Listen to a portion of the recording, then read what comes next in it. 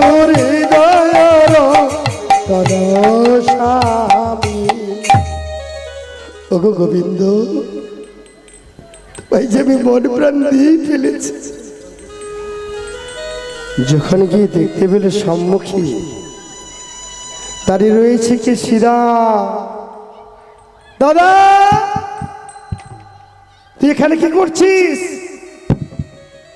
ওরে রাধে, আমাকে যে কৃষ্ণচন্দ্র বলে গেল তুমি দাঁড়িয়ে থাকবে, তাই আমি কুঞ্জের দাঁড়িয়ে রয়েছি। দাদা, তুমি দাঁড়টা ছেড়ে দাও।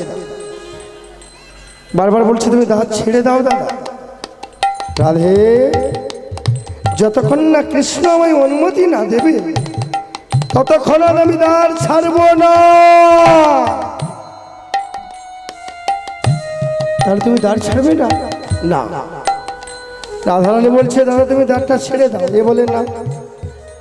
যেই না বারবার বলছে, যেই না ছেড়েছে বলে দাদা তুই দাঁড় ছাড়বি না। বলে না, তাহলে তোকে অভিশাপ করলাম, দানব শঙ্খ চুরু রূপে তুই জন্ম নে।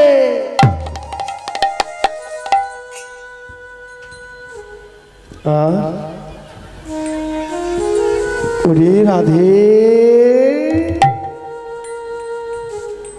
তুই আমাকে বিনা অপরাধে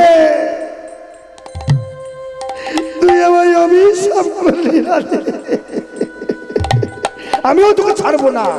তুই যেমন আমাকে অভিশাপ করলি, তোকে অভিশাপ করলাম, তুই হানিমাই বলে কাঁদিবি।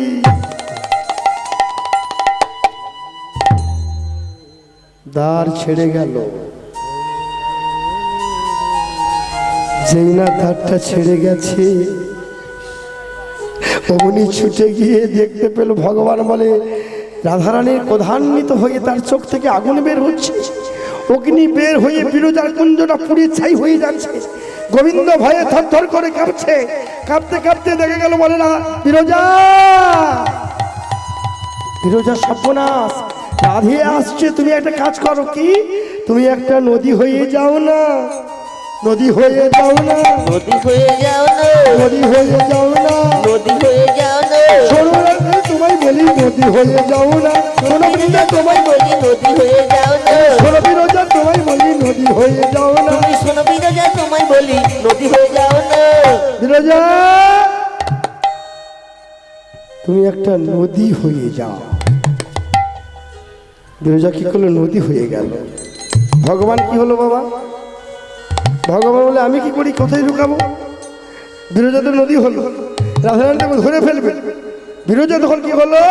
একটা কাল সর্প হয়ে গেল। কাল সর্প হয়ে জলে ভাসতে লাগলো। রাধারানী দূর থেকে লক্ষ্য করছে, কাউকে দেখতে পাচ্ছে না। তাহলে কৃষ্ণ গেল কোথায়? ধ্যান করে জানতে বললো কৃষ্ণ, ওগো বধূ, তুমি সাপ হয়েছ, তাহলে সাপকে কে খাই বাবা? ময়ূর খা, তাই তো? শ্রীমতী রাধারানী কি করলেন? এত বলি রাধারানী ময়ূর রূপ ধরিল গো, ময়ূর রূপ ধরিল। আর শ্রীমতী রাধারানী ময়ূর রূপ ধরিল গো, ময়ূর রূপ ধরিল। এত বলি রাধারানী ময়ূর রূপ ধরিল গো, ময়ূর রূপ ধরিল। আরে এত বলি রাধারানী ময়ূর রূপ ধরিল গো, ময়ূর রূপ ধরিল। গোবিন্দেরই তখনি, গোবিন্দের তখনি গলাতে ধরিল গো, গলাতে ধরিল। আমার গোবিন্দ তখনি, গোবিন্দ তখনি গলাতে ধরিল গো, গলাতে ধরিল। যেই না সর্পরূপ ধারণ করেছে শ্রীমতী রাধারানী কি হলো? একটা কাল সাপ ময়ূর ধারণ করে গোবিন্দের গলদেশে গিয়ে ঠোকরা দিয়েছে।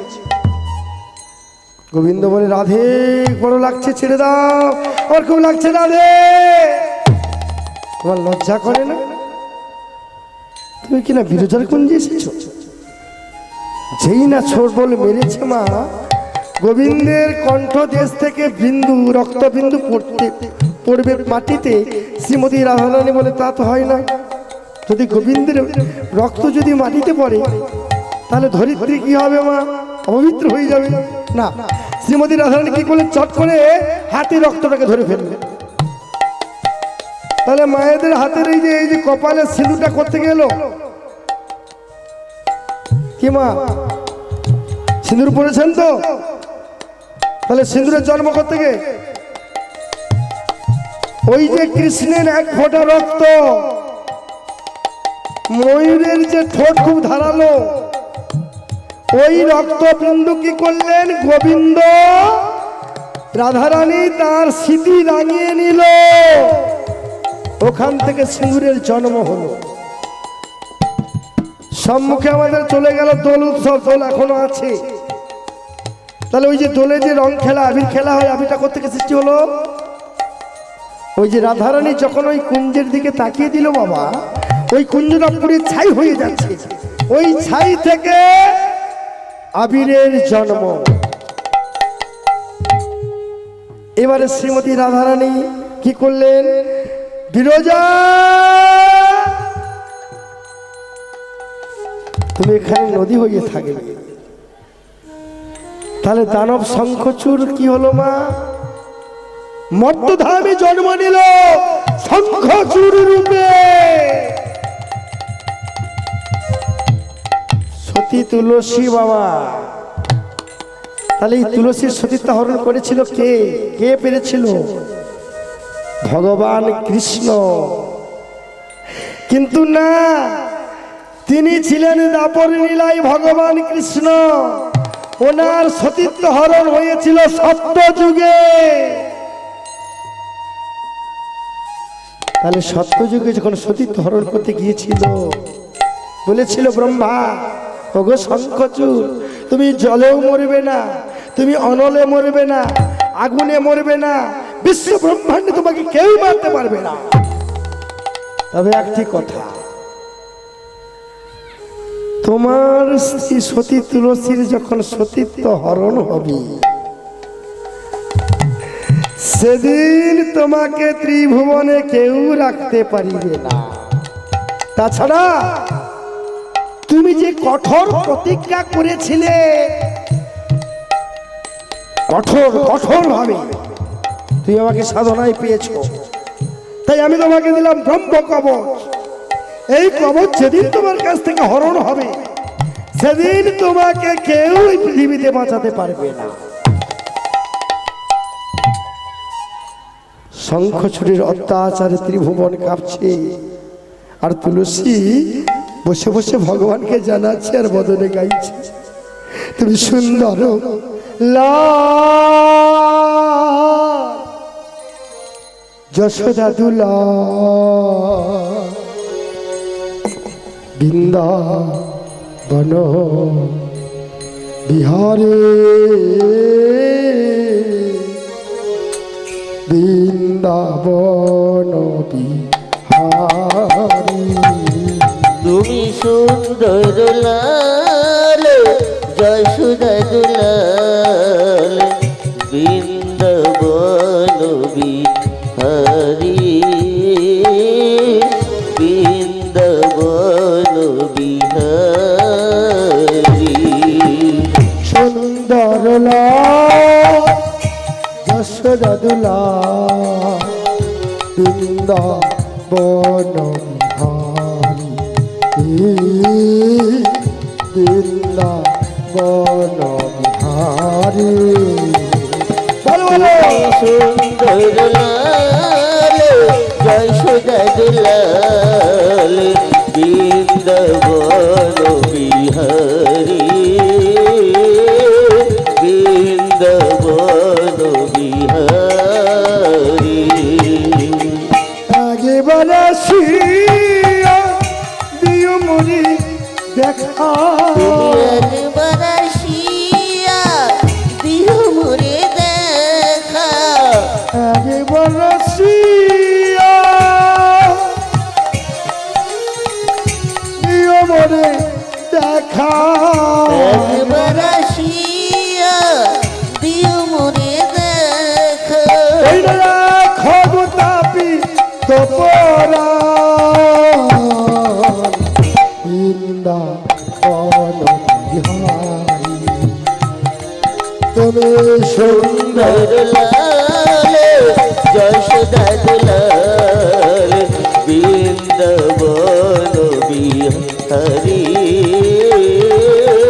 বৃন্দাবন বিহারি আমি তো ডাকিলে রহিতে পারো না তোমায় ভক্ত ডাকিলে ওগো প্রভু রহিতে পারো না আমি তো ডাকিলে রহিতে পারো না তোমায় ভক্ত ডাকিলে রহিতে পারো না ও দয়াল তাও তো জানে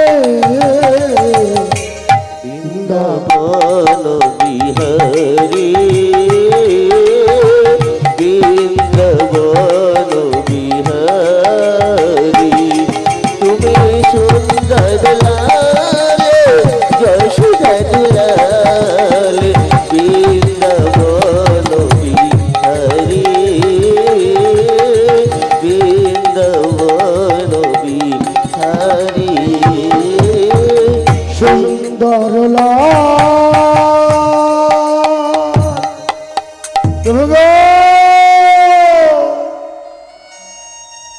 কি হলো বাবা? আমার স্বামী অসুখ, আমাকে চুরি করে এনেছে প্রভু। যে শঙ্খ চুরের দৌড়াতে বাবা ত্রিভুবন কাঁপছে, দেবতা মন্ডলী ভয়ে লুকিয়ে যাচ্ছে। সবাই গিয়ে বিষ্ণুর কাছে জানালো, প্রভু গো শঙ্খচুরির এত অত্যাচার আর সহ্য করা যাচ্ছে না, যাও শঙ্খচূড়কে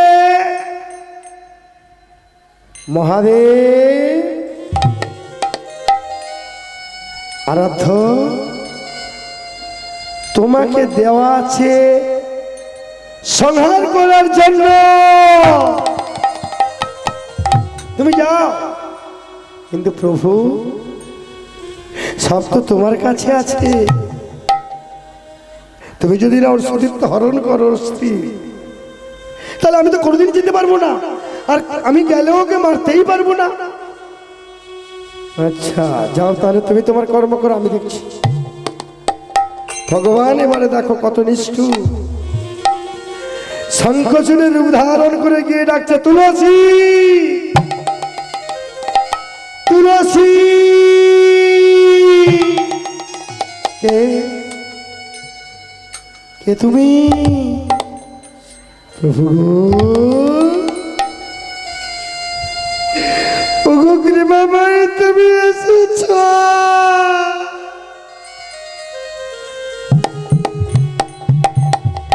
ওগো স্বামী তুমি তো যুদ্ধে বেরিয়ে গেলে, মন কাঁদছে,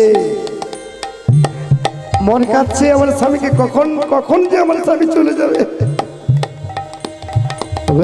ওগো তুলসী, আমার শরীরটা ভালো লাগলো না, তাই আমি বাড়ি ফিরে এলাম। চল চলো আমরা গিয়ে রতিদানে লিপ্ত হই। তুলসী শঙ্খচূড় গিয়ে, অর্থাৎ ভগবান বিষ্ণু নিজে শঙ্খচূড়ের রূপ ধারণ করেছে, গিয়ে তার সতীত্বটাকে হরণ করলো। তুমি কে গো মা? আমি আমার স্বামীর সঙ্গে যদি 12 বছর ব্যবহার করি, তাহলে স্বামীর আচরণটা আমি জানবো, কিন্তু এ তো স্বামী নয়, এ তো গোবিন্দ, এর শরীর তো কম নরম। তুমি কে?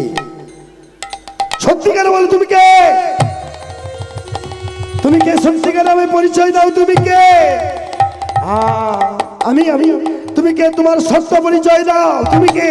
তুমি আমার স্বামী হতে পারো না, আমার স্বামীর আচরণ এমন রূপ নয়, সত্যি করে বলো তুমি কে?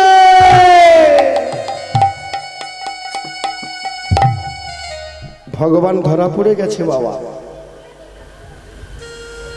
আমি কে তুমি দেখবে। ভগবান নিজের রূপে ফিরে এলো। না,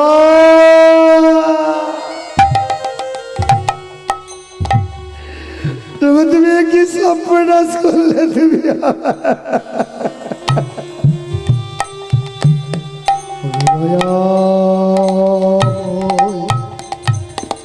জানি না তুমি কি করলে প্রভু, তুমি পারো না, তুমি কি করলে আমার। না প্রভু, আমি তোমায় ছাড়বো না। তুমি যেমন আজকে আমার সতীত্ব হরণ করলে, তোমাকে আমি অভিশাপ দিলাম, তোমার রূপ আর থাকবে না। তুমি একটা কালো কুচকুচে পাথরে পরিণত হও।